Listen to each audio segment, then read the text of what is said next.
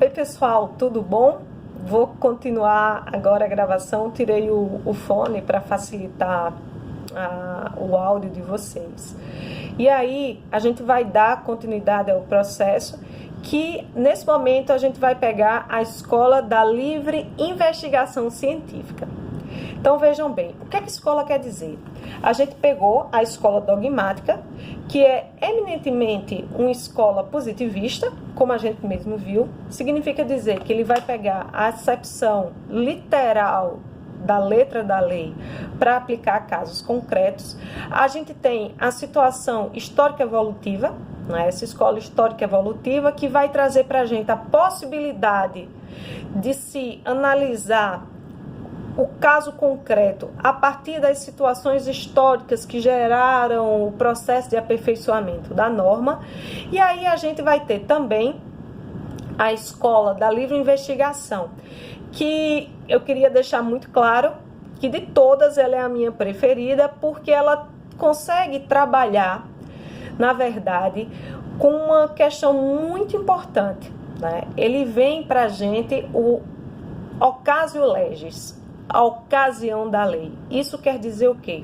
Ele quer saber exatamente qual era o pensamento do legislador no momento em que ele criou a norma. Ah, mas é fácil saber o pensamento do legislador. É não. É não por quê? Porque aquele pensamento, ele está carregado de informações.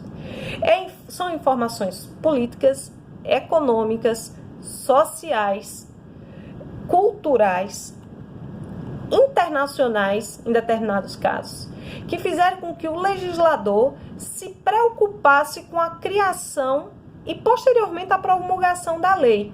Então, quando nós trabalhamos com esse sistema, a gente tem que analisar, a gente tem que tentar retirar ao máximo, extrair ao máximo o pensamento do legislador. Em que ocasião isso foi criado? Quais foram as situações que motivaram a criação desta norma?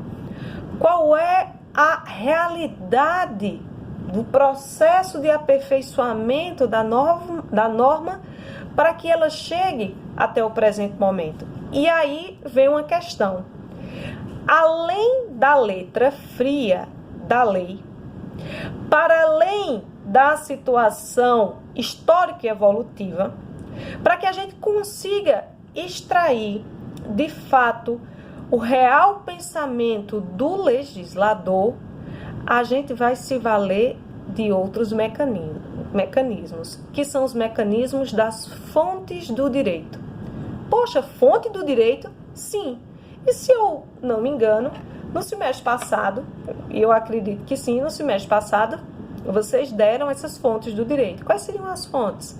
A lei, os costumes, os princípios, jurisprudência e doutrina. Então, nesse momento que a gente percebe essa questão, a gente consegue identificar que existe um conjunto completo de situações que vai trazer para a gente a possibilidade de compreender exatamente como essa norma vai ser aplicada.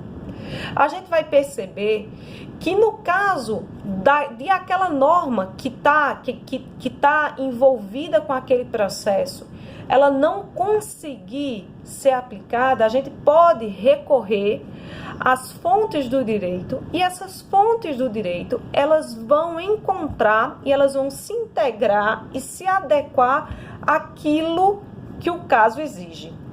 Atenção! Existe hierarquia nesse processo.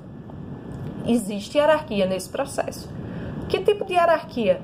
A hierarquia normativa, né? Existe hierarquia. As fontes do direito, elas possuem hierarquia. Isso significa dizer que uma lei, ela tem um valor diferente de um princípio, por exemplo.